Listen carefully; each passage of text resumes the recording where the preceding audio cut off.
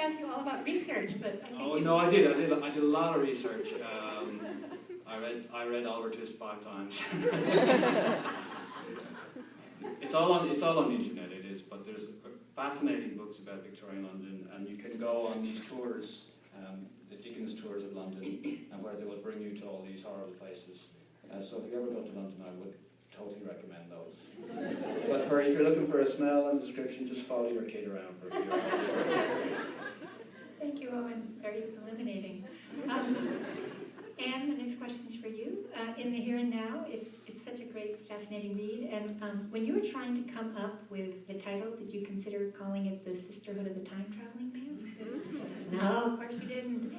This story has nothing to do with pants, except for when Prena is trying to decide whether or not to remove hers.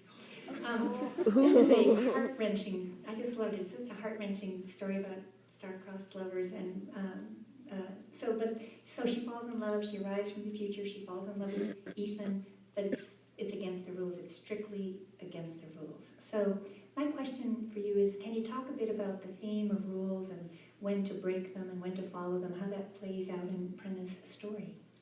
Well, yes, there are very strict rules. The book actually did have a different title in the beginning, but it didn't have to do with pants either. And I'd just like to dispel a certain rumor that the book doesn't have any pants in it. Because people do wear pants. In the ordinary way, though.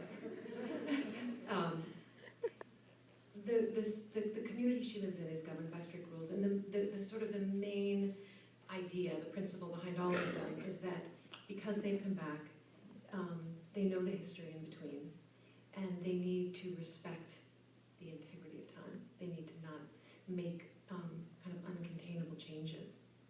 And so Prena, the character, is she's not allowed to have a kind of an intimate relationship with anyone. They call us time natives.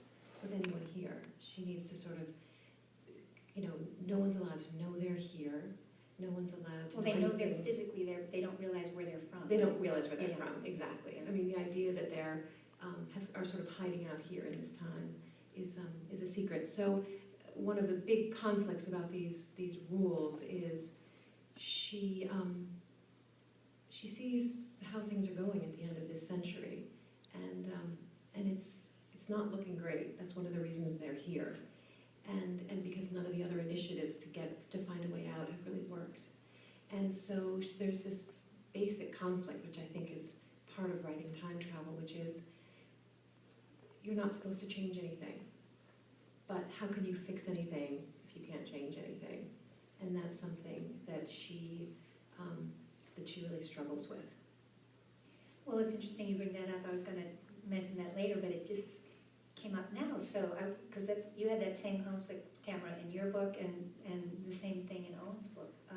Whether or not there are conventions when you're dealing with time travel. So I'm wondering how each of you just chose to deal with that, and did you feel compelled to stick to that idea, or in other words, how did you, when creating your worlds, how did you come up with the set of rules that would govern it? I'll ask you first, Tamara.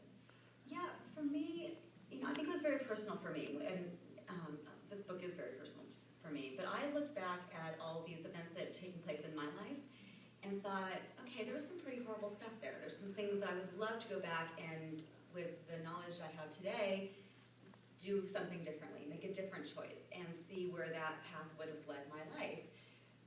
But I like my life. I'm happy with who I am, and I'm in even those not so great things that happened, I think made me the person that I am. So I kind of approached it from the idea of, if you could go back in time and change things, should you?